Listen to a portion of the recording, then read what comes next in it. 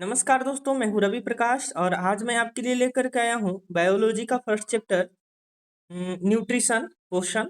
तो आज ये वीडियो आप पूरा देखिएगा। आपके जितने भी क्यूरी होंगे, जितने भी क्वेश्चंस होंगे, आपके इससे बन जाएंगे। तो चलिए स्टार्ट करते हैं। देखिए, पोषण न्यूट्रिशन।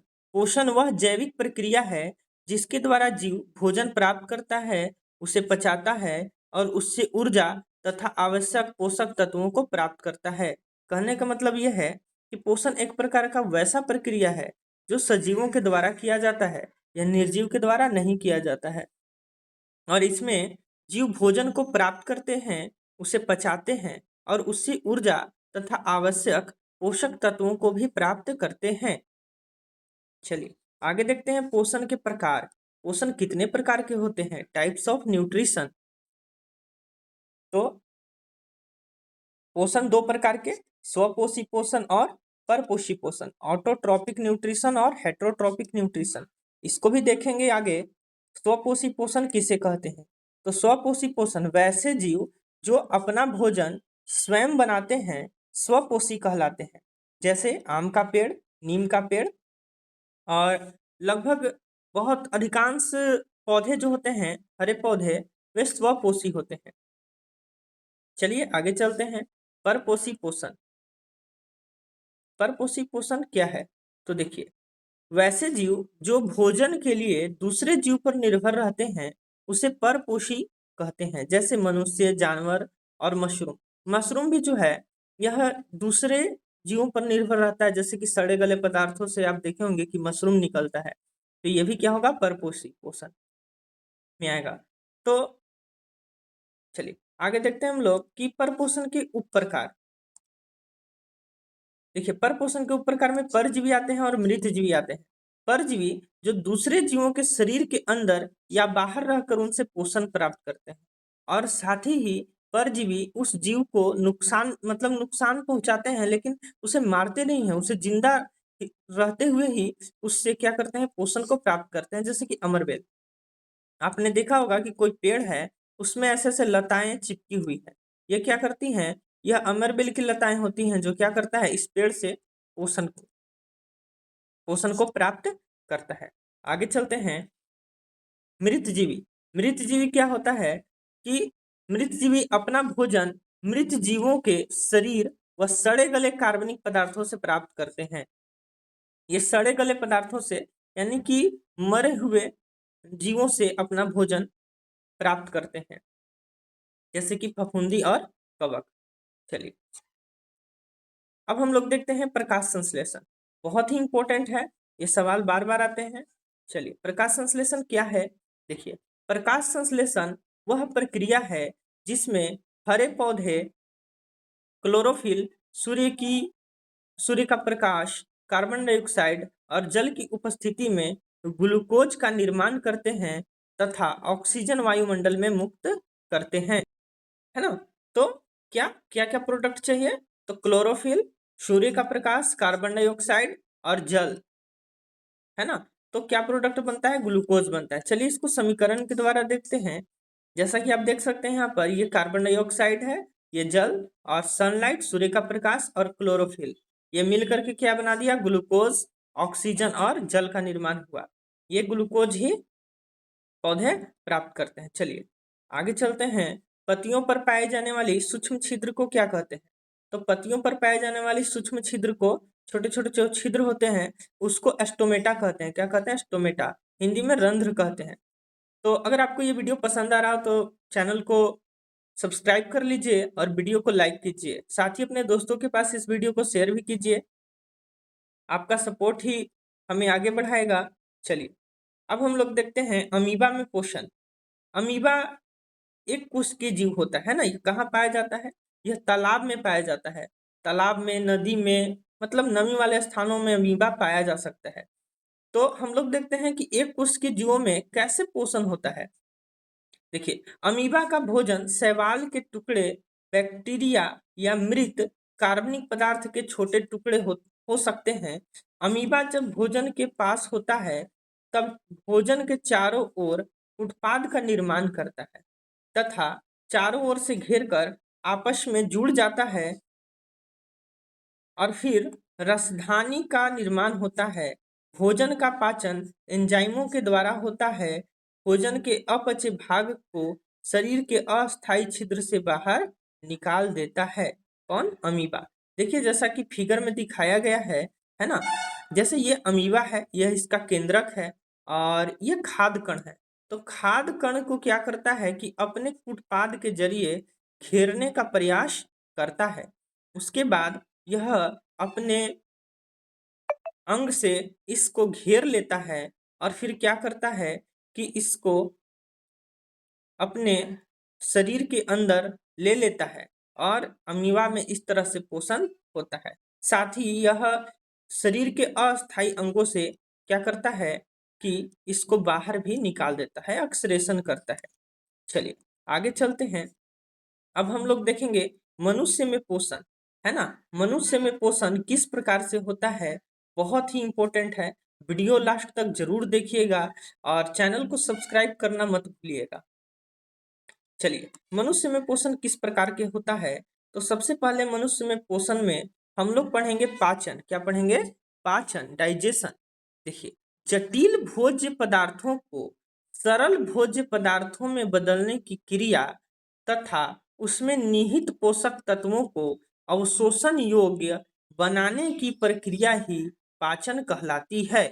कहने का मतलब कि जो डाइजेशन होता है उसमें जटिल भोज्य पदार्थों का सरल भोज्य पदार्थों में बदलने की क्रिया होती है ना, और उसको अवशोषण योग्य बनाया जाता है। चलिए, है ना, तो ये पाचन कहलाती है। आगे चलते हैं हम लोग। मनुष्य में पाचन 5 चरणों में होता है। कितने चरणों में? 5 चरणों में होता है। सबसे पहले अंतःग्रहण, पाचन, अवशोषण, स्वांगीकरण और फिर मल परित्याग। देखिए अंतःग्रहण किसे कहेंगे? भोजन मुंह में लेना अंतःग्रहण कहलाता है। भोजन को छोटे छोटे कणों में तोड़ना पाचन कहलाता है। पचे हुए भोजन को रक्त में मिलाना अवशोषण कहलाता है। ऊर्जा का उपयोग करना स्वांगीकरण और अपचे भोजन को शरीर से बाहर निकालना मल परित्याग, है ना। चलिए आगे हम लोग देखते हैं। ये पाचन, मनुष्य में पाचन का पूरा फिगर है। चलिए इसको हम लोग समझते हैं। देखिए ये मुख गुहा कहलाता है। इसके अंतर्गत दांत, जीभ और लार ग्रंथियां आती हैं, है ना। ये ग्रसिका कहलाती है, ग्रास नली। यह इससे भोजन जब दांत के द्वारा चबाकर उसमें लार मिलाकर ग्रास नली के जरिए अमाशय में आता है और अमाशय में आने के बाद यहाँ भोजन कुछ देर रुकता है और उसके बाद अम्लीय हो जाता है। उसके बाद कहाँ आता है? छोटी आंत में। छोटी आंत में अवशोषित होने के बाद भोजन का अपचा हुआ भाग बड़ी आंत में यहाँ से मिल जाता है। उसके बाद यहाँ से होते हुए बड़ी आंत में मल के रूप में गुदा के द्वारा बाहर निकल जाता है। इसमें हेल्प कौन कौन करता है पाचन में? तो ये लीवर है। इसमें लीवर में भोजन तो नहीं जाता, किंतु इससे क्या होता है कि जो बाइल जूस होता है वह छोटी आंत में आकर भोजन को पचाने का काम करता है। साथ ही यहाँ पर अग्नाशय है। क्या है? यहाँ अग्नाशय है। अग्नाशय ये भी एंजाइम्स बनाता है और हार्मोन दोनों बनाता है। यह भोजन के पाचन में हेल्प करता है। चलिए आगे चलते हैं। अब हम लोग मानव पाचन तंत्र के 2 भाग होते हैं। एक आहार नाल होता है और दूसरा सहायक पाचक ग्रंथियां होती है ना।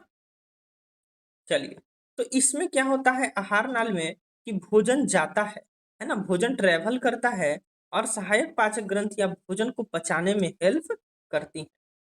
तो समझते हैं हम लोग आहार नाल। मुख, ग्रास नली, अमाशय, छोटी आंत, बड़ी आंत और गुदा।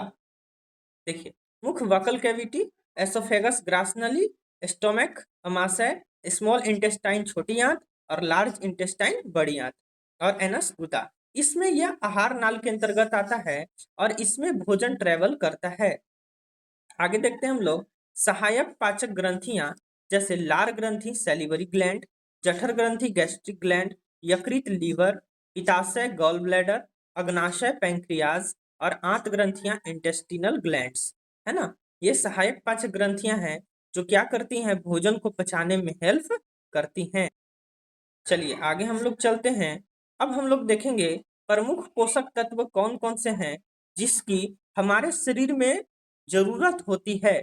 तो कार्बोहाइड्रेट ऊर्जा उत्पादन के लिए, वसा ऊर्जा उत्पादन के लिए, वृद्धि विकास एवं हमारे शरीर की कोशिकाओं के मरम्मत के लिए प्रोटीन की आवश्यकता होती है और उपापचयी क्रियाओं का संचालन के लिए विटामिन, खनिज और जल की आवश्यकता होती है। आगे हम लोग चलते हैं। देखिए, विटामिन से एनर्जी तो नहीं मिलता है, जल से भी नहीं मिलता है, किंतु ये क्या करते हैं कि ये वसा, कार्बोहाइड्रेट, प्रोटीन, ये सब के साथ मिल करके और भोजन को पचाने में हेल्प करते हैं, सहायता करते हैं। आहार नाल की कुल लंबाई कितनी होती है? तो आहार नाल की कुल लंबाई 8 से 10 मीटर होती है, जो मुख गुहा से मल द्वार तक फैली होती है। और सबसे ज्यादा लंबा कौन सा पाचन अंग है? तो वह है छोटी आंत। चलिए, अब हम लोग देखते हैं मुख गुहा, बकल कैविटी। बकल कैविटी मुख गुहा में 3 अंग पाए जाते हैं। सबसे पहले दांत, टीथ, जीभ, टंग, लार ग्रंथि, सैलिवरी ग्लैंड्स, है ना। तो ये 3 चीज होते हैं जो कि हमारे मुख गुहा में पाए जाते हैं। चलिए आगे देखते हैं। दांत, टीथ। देखिए, दांत भोजन को काटने एवं चबाने में मदद करता है और पीसने में भी मदद करता है ना। वही चबाने, पीसने। एक वयस्क मनुष्य के मुख गुहा में 32 दांत पाए जाते हैं। कितने दांत? 32 दांत पाए जाते हैं एक वयस्क मनुष्य में। और बताइए बच्चों में कितने दांत पाए जाते हैं? तो बच्चों में 20 दांत पाए जाते हैं। कितने? 20 दांत पाए जाते हैं बच्चों में। और वयस्क मनुष्यों में लगभग 32 दांत पाए जाते हैं। चलिए, इनकी संख्या को हम लोग देखते हैं। तो इनकी संख्या हम लोग जब देखते हैं तो इंसीजर, सबसे पहले दांत के टाइप देखते हैं, प्रकार। तो इंसीजर कृंतक, इसकी संख्या 8 होती है और यह काटने का कार्य करता है। भोजन को काटने का कार्य कौन करता है? कृंतक। आगे वाला जो दांत होता है ऐसे, ये आगे वाला दांत जो होता है यही कहलाता है इंसीजर। क्या? इंसीजर, है ना। और कैनाइन, रदनक। ये रदनक, ये रदनक चीरने का काम करता है। ये शेर, बाघ में आपने देखा होगा कि ज्यादा लंबा पाया जाता है ना। और अग्र चवर्णक और चवर्णक, इनका काम होता है चबाना। यहाँ पर पाए जाते हैं जो भोजन को चबाने का काम करते हैं, है ना। चलिए, तो यहाँ पे हम लोग देखते हैं संख्या। तो कृंतक की संख्या 8, रदनक की संख्या 4, अग्र चवर्णक की संख्या 8 और चवर्णक की संख्या 12 के रूप में पाई जाती है। चलिए, बहुत अच्छे। अब बताइए दांत की ऊपरी परत को क्या कहा जाता है? तो उसको कहते हैं इनामेल। क्या कहते हैं? इनामेल। चलिए, आगे हम लोग देखते हैं जीभ, टंग। तो जीभ एक लचीला मांसपेशीय अंग है जो स्वाद चखने, भोजन को निगलने, बोलने और मुंह की सफाई में मदद करता है। इसमें 8,000 से 10,000 शब्द कलिकाएं पाई जाती हैं जो नष्ट होते रहती हैं और पुनः बनते रहती हैं। कहने का मतलब जीभ जो होता है एक बहुत ही लचीला मांसपेशीय अंग है ना, जो स्वाद को चखने में मदद करता है। जीभ पर 8,000 से 10,000 स्वाद कलिकाएं पाई जाती हैं, है ना। चलिए, अब हम लोग देखते हैं जीभ की नोक पर मीठा, नोक के पास किनारों पर नमकीन, किनारों पर खट्टा तथा सबसे पीछे कड़वा स्वाद का अनुभव होता है। चलिए, हम यहाँ पर जीभ का चित्र बना करके समझते हैं कि कैसे कहाँ पर स्वाद आता है। तो देखिए, ये जीभ है ना। तो यहाँ पर क्या होता है कि नोक पर मीठा, यहाँ पे कैसा? स्वीट, मीठा। कैसा? मीठा स्वाद पता चलता है। नोक के पास किनारों पर नमकीन, है ना। यहाँ पर नमकीन, कैसा? नमकीन, नमकीन। चलिए, नमकीन। और किनारों पर खट्टा, यहाँ पर और यहाँ पर खट्टा। कैसा? खट्टा, खट्टा। और सबसे लास्ट में तीखा स्वाद का अनुभव होता है। तीखा और कड़वा स्वाद का अनुभव होता है। बहुत अच्छे। चलिए, चैनल को सब्सक्राइब जरूर कीजिएगा और वीडियो को लाइक, है ना। दोस्तों के पास शेयर भी कीजिए और हमें आगे बढ़ने में मदद कीजिए। चलिए, लार ग्रंथि, सैलिवरी ग्लैंड्स, ये लार ग्रंथियां मनुष्य के मुख में 3 जोड़ी लार ग्रंथियां पाई जाती हैं। कितना? 3 जोड़ी, मतलब 6 की संख्या में पाई जाती हैं। 3 जोड़ी 6 की संख्या में लार ग्रंथियां पाई जाती हैं। ये अलग अलग लार ग्रंथियां हैं। चलिए, इनका नाम है पैरोटिड ग्लैंड। कौन सा? पहला है पैरोटिड ग्लैंड। यह गाल के पास कान के नीचे होता है। इसकी विशेषता क्या है? तो सबसे बड़ी लार ग्रंथि यह है। कौन सा? ये सबसे बड़ी लार ग्रंथि है। अगर आपसे कोई पूछे कि सबसे बड़ी लार ग्रंथि कौन है, तो पैरोटिड ग्लैंड। कौन है? Parotid gland. यह टाइलिन एंजाइम स्रावित करती है। कौन सा एंजाइम? टाइलिन। कौन सा? टाइलिन एंजाइम का स्रावण करती है। आगे देखते हैं, सब मैंडिबुलर, सब मैंडिबुलर ग्लैंड, यह जबड़े के नीचे पाया जाता है। यह 60 से 70% लार तो यही स्रावित करता है ना, मतलब ज्यादा लार ये स्रावित करता है। आगे चलते हैं, सब लिंगुअल ग्रंथि। सब लिंगुअल ग्रंथि क्या है? तो यह जीभ के नीचे पाई जाती है। कहाँ? जीभ के नीचे। और यह सबसे छोटी लार ग्रंथि है। सबसे छोटी लार ग्रंथि सब लिंगुअल ग्लैंड। चलिए, आगे देखते हैं, कुछ इसके बारे में जान लेते हैं। ये तीनों ग्रंथियां मिलाकर 1 से 1.5 लीटर लार प्रतिदिन स्रावित करती हैं। कितना? 1 से 1.5 लीटर, है ना। और एमाइलेज, इसमें लार में एमाइलेज पाया जाता है, जो स्टार्च को शर्करा में बदलता है। किसमें? शर्करा में, है ना। क्वेश्चंस आते हैं कि मुख में पाचन स्टार्ट हो जाता है किसका? तो स्टार्च का। अगर आपसे कोई पूछे पाचन कहाँ से स्टार्ट हो जाता है, तो बोलेंगे मुख गुहा से ही। और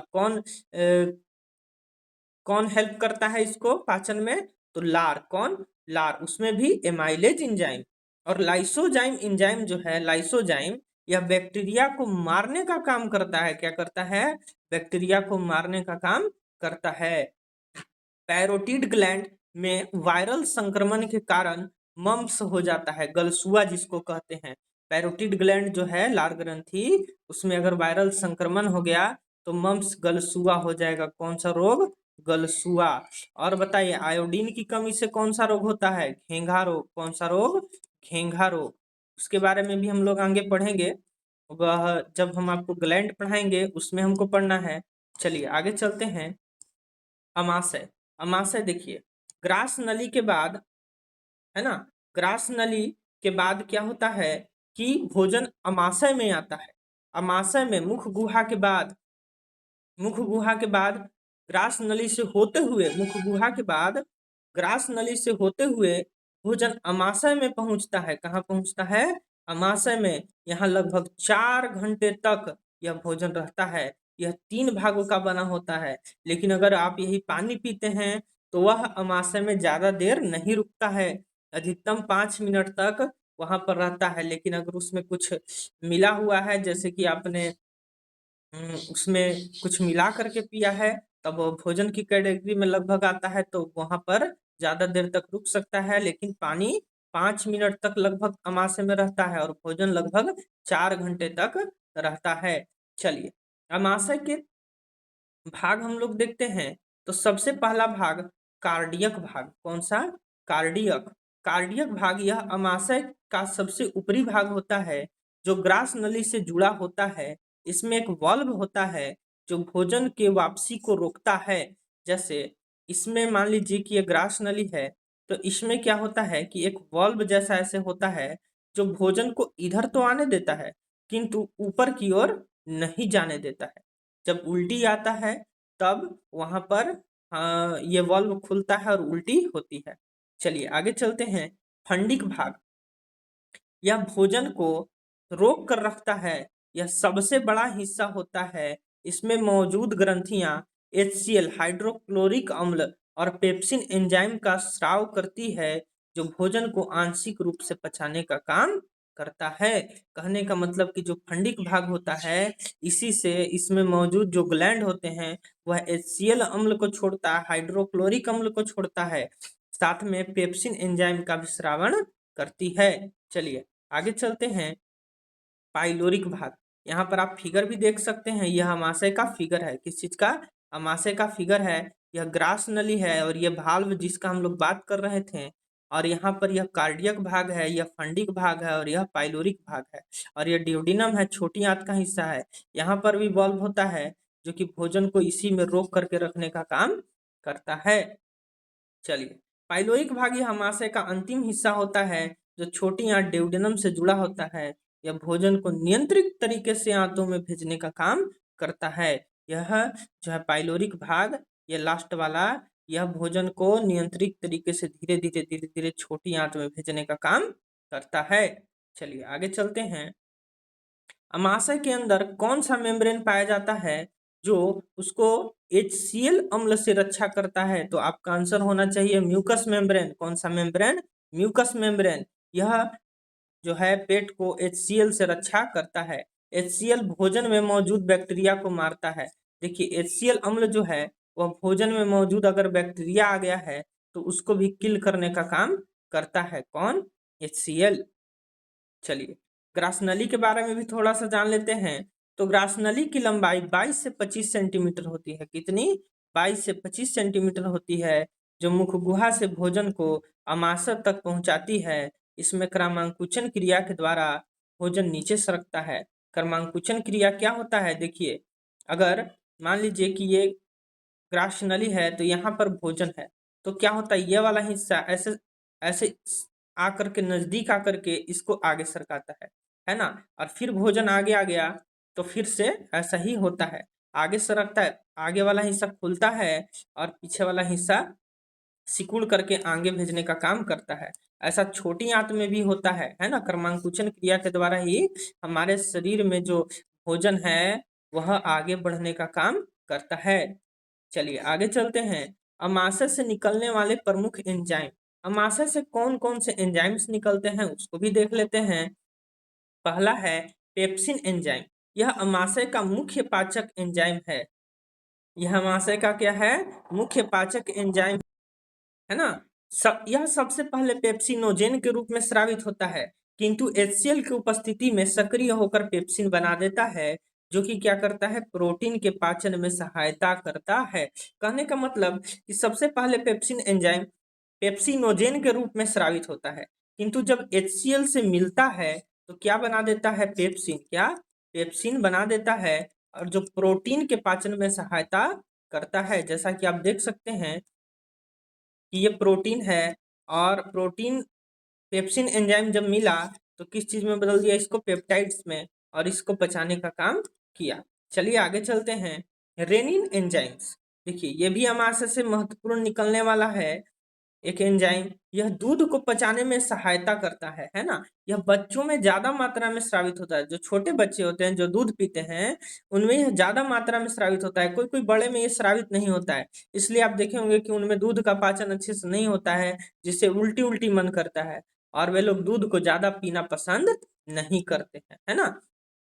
तो यह दूध में पाए जाने वाले प्रोटीन, कैसिन प्रोटीन को जमाने का काम करता है, और कैसिन प्रोटीन जमने के बाद दही जैसा हो जाता है। आपने देखा होगा जब छोटा बच्चा उल्टी करता है तो दही जैसा उल्टी करता है।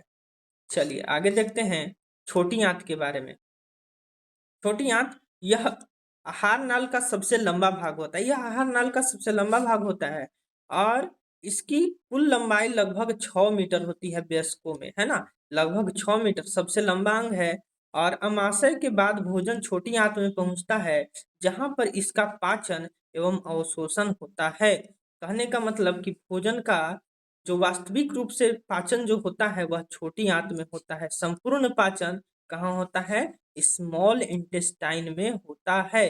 चलिए, जहां पर विली पाए जाते हैं, देखिए विली, विली क्या होते हैं? छोटी आंत में, मान लीजिए ये छोटी आंत है तो इसमें छोटे छोटे विली पाए जाते हैं, जो क्या करते हैं कि भोजन, जल में मिला हुआ भोजन जब आगे ट्रेवल करता है तो इससे पोषक तत्वों को निकाल करके रक्त वाहिकाओं में मिलाने का काम करते हैं, और वहां से वह पोषण जो होता है वह पूरे शरीर में डिस्ट्रीब्यूट रक्त के द्वारा कर दिया जाता है।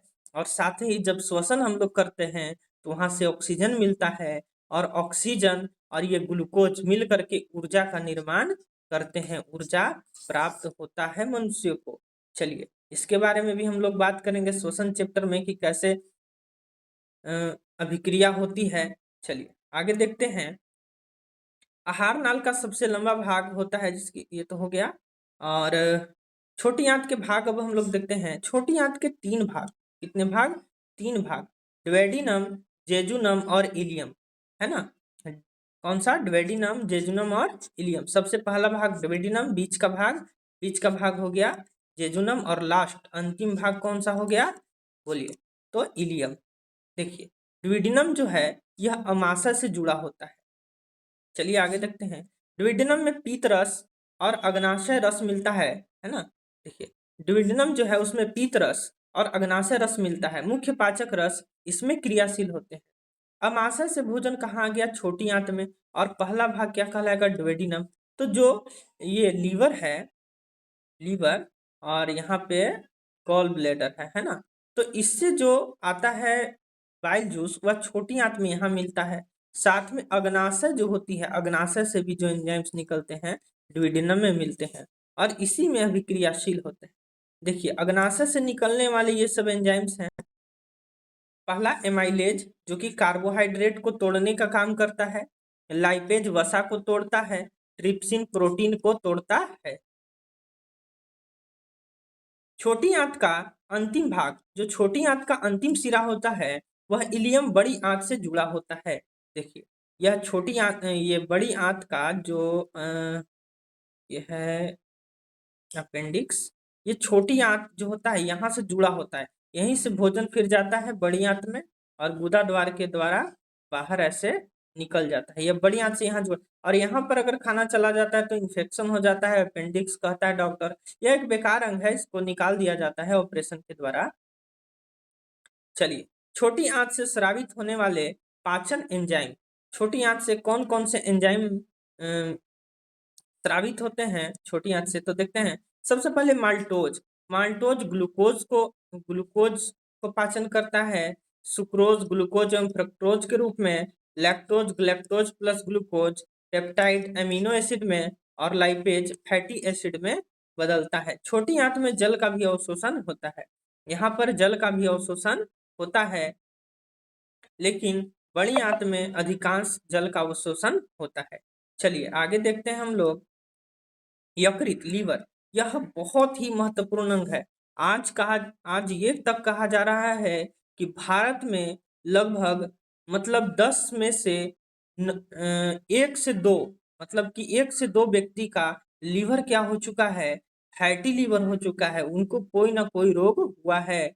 तो लीवर बहुत ही महत्वपूर्ण अंग है। चलिए देखते हैं। यह मानव शरीर की सबसे बड़ी ग्रंथि है। यह एक प्रकार का ग्लैंड भी है जो क्या है कि सबसे बड़ा है मानव शरीर में, यह सबसे बड़ा है। इसका वजन लगभग 1.5 kg होता है। कितना? 1.5 kg होता है। यह भोजन के पाचन, ऊर्जा संचयन और विषैले पदार्थों को शरीर से बाहर निकालने का कार्य करता है। यह पीत रस का निर्माण करता है जो पित्ताशय में संग्रहित होता है। देखिए यह क्या करता है? शरीर से विषैले पदार्थों को भी बाहर निकालने का काम करता है। चलिए और आपको मैं बता दूं कि लीवर 500 तरह के कार्यों में शामिल होता है। चलिए अब देखते हैं पित्ताशय, गॉल ब्लैडर क्या होता है। तो देखिए इसमें यकृत से निकला हुआ पीत रस संग्रहित होता है। पीत रस हरे पीले रंग का होता है, जिसका पीएच मान 7.7 होता है, जो कि क्षारीय है। यह भोजन को भी क्षारीय बना देता है। पीत रस के घटक, पीत रस में क्या क्या पाया जाता है? तो बाइल साल्ट, क्या? बाइल साल्ट पाया जाता है, पीत लवण, जिसमें यह वसा के छोटे छोटे कणों को तोड़ता है, उन्हें पानी में घुलनशील बनाता है ताकि एंजाइमों के जरिए उसका पाचन हो सके, है ना। यह वसा का पाचन नहीं करता है, बल्कि वसा को तोड़ने का इमल्सिफिकेशन ऑफ फैट्स का काम करता है। कौन? पीत रस। चलिए आगे चलते हैं। पीत वर्णक, पीत के वर्णक जो हरे पीले होते हैं उसके बारे में जानते हैं। तो बिलीरुबिन, बिलीरुबिन यह एक पीले रंग का पिगमेंट होता है जो हमारे शरीर में पुरानी या नष्ट हो चुकी लाल रक्त कोशिकाओं आरबीसी के टूटने से बनता है। बिलीरुबिन का स्तर खून में बढ़ जाने से पीलिया रोग हो जाता है।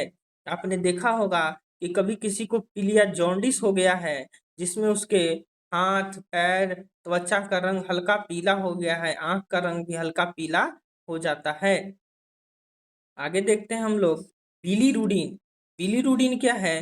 तो बिलीरुबिन एक हरा रंग का पिगमेंट होता है। यह हीमोग्लोबिन टूटने के प्रथम चरण में बनता है।